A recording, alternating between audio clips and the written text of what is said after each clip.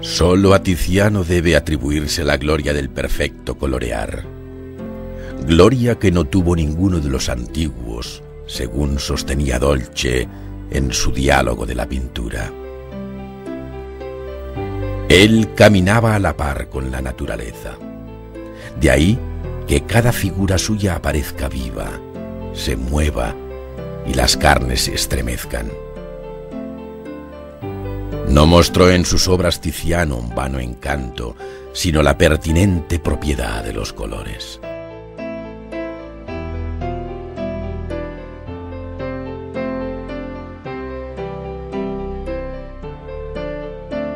A lo largo del siglo XVI, el lienzo fue sustituyendo a la tabla como soporte pictórico.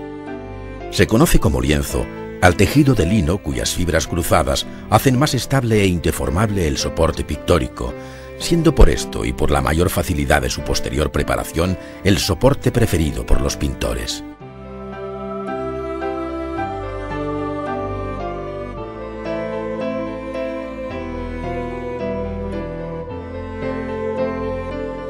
El tamaño de la obra exige a veces coser varios fragmentos de lienzo, debiéndose poner el máximo cuidado en las costuras.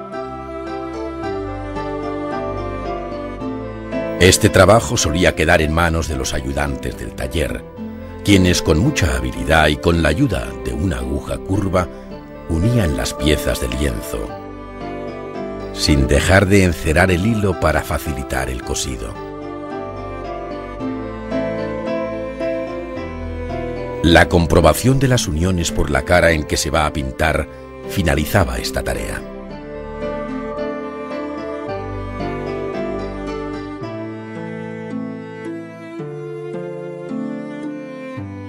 Conocidas las dimensiones del lienzo, hay que preparar el bastidor en el que se fijará la tela.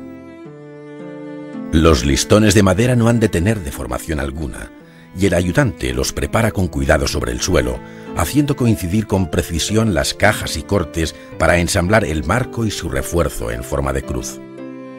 Por último, asegura la escuadría de los ángulos, introduciendo allí unas cuñas. Sobre el bastidor, el ayudante del taller fija el lienzo con atención casi religiosa, pues conoce de su importancia en el resultado final de la pintura. No basta con la simple colocación, sino que en un proceso de claveteado que le obliga a ir constantemente de un lado al opuesto, fija la tela con tensión uniforme, comprobando la correcta dirección del tejido. La operación termina con los distintos dobleces que cabe hacer en los remates de los ángulos, desde el recto más generalizado, hasta el pliegue oblicuo al modo italiano, sobre el que se martillean los últimos clavos.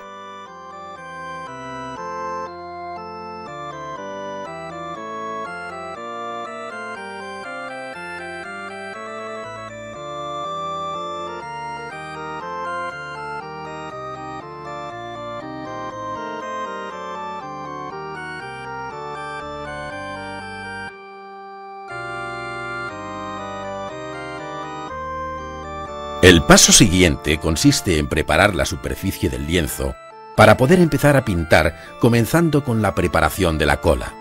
Para ello, se introduce en agua y en la proporción conveniente cola de piel de conejo granulada o en pequeños trozos que ya han estado en remojo durante varias horas. Una vez hidratados, estos trozos viscosos se hinchan y su solución se calentará al baño María sobre un fuego suave.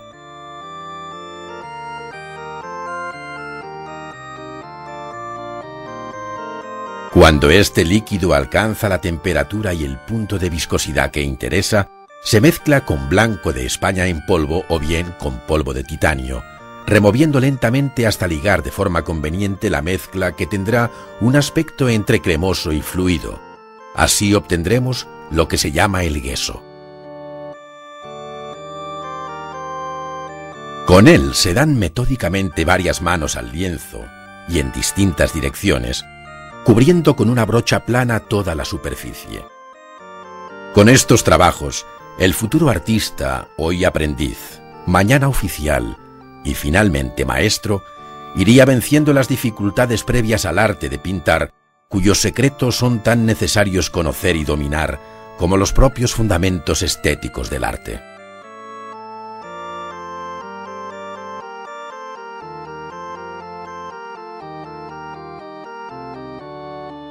El ayudante cuida que el apresto de cola y gueso no acabe pegando el lienzo al bastidor, por lo que con una espátula recorre minuciosamente todos los listones separando la madera de la tela empapada.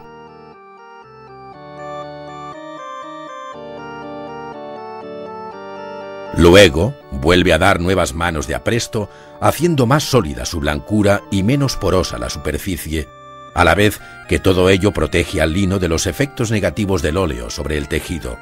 El resultado final será el de una superficie tersa y blanca.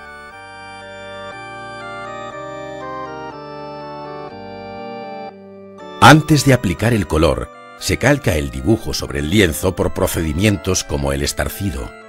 Sobre el cartón se pica con un punzón el dibujo. Se dan unos cortes siguiendo las líneas maestras y se repasa con una muñequilla de color dejando en la tela su huella.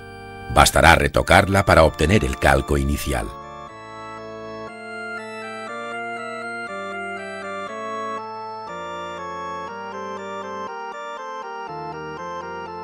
Otro sistema muy común consiste en marcar una cuadrícula sobre el lienzo similar a la trazada sobre el boceto e ir copiando por fragmentos los detalles que luego se repasan e incluso se sombrean.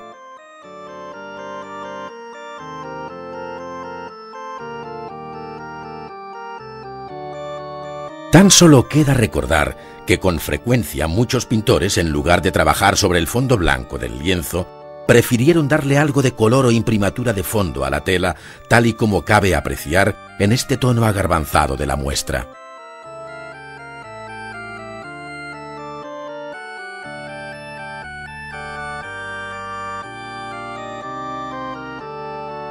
Mucho han cambiado desde el siglo XVI los soportes y su preparación, así como la propia técnica del óleo, de modo que frente a las transparencias y veladuras obtenidas sobre fondos blancos o entonados, otros pintores prefieren ahora construir el color sobre una preparación de carboncillo. Aquí lo vemos utilizado no solo para perfilar las figuras, resaltar sus detalles o dar sombras, sino también para oscurecer los fondos sobre los que con una técnica muy libre no duda en utilizar los dedos. Luego fija el dibujo y difumina con un trapo los contornos más fuertes, haciendo una grisalla básica.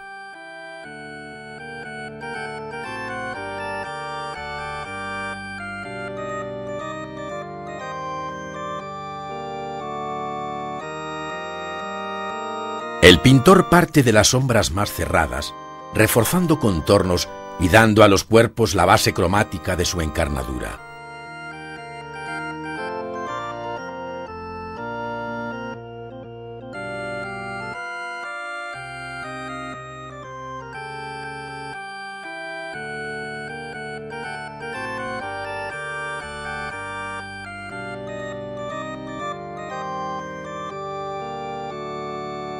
Pinta aquí y allá con pinceles de distinto grueso, ayudándose del tiento para las líneas que exigen un mayor pulso, construyendo, en fin, un mundo de color que el maestro controla desde su mente y ejecuta con la mano. Nosotros solo vemos lo que tenemos ante los ojos como un episodio aislado, pero el pintor ya ha concebido la imagen final, acabada, hacia donde las manos se apresuran a dirigirle.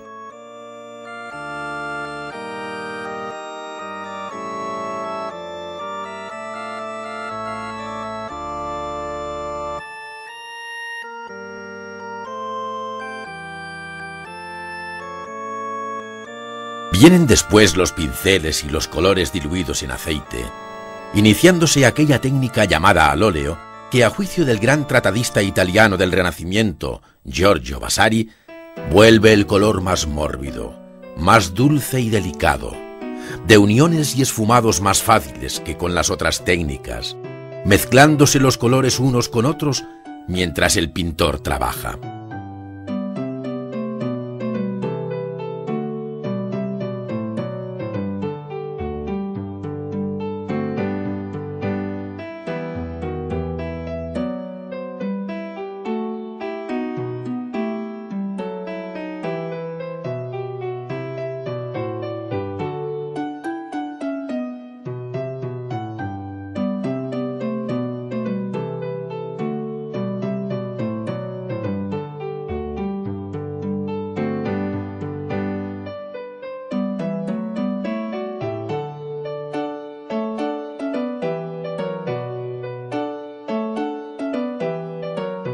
Por otra parte, las formas, gracias a la luz y a la sombra, van adquiriendo volumen, masa, movimiento, fuerza.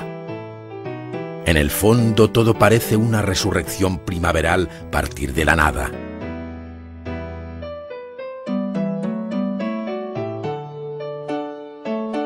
Poco a poco la paleta se va aclarando y se incorpora una gama más cálida donde pequeños detalles esenciales o leves toques de luz van definiendo la obra en un sorprendente proceso creativo.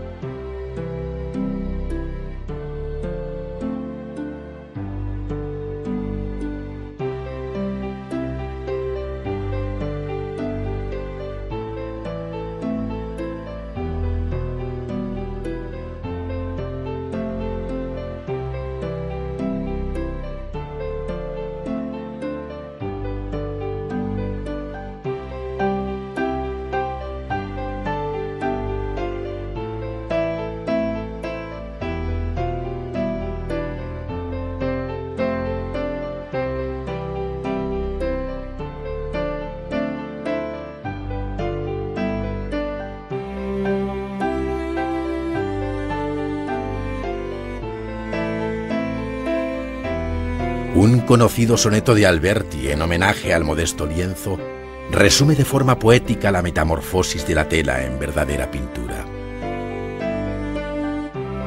A ti, tela tendida, plano al viento de la mano, el pincel y los colores. Ventana o mirador de miradores para la creación del pensamiento.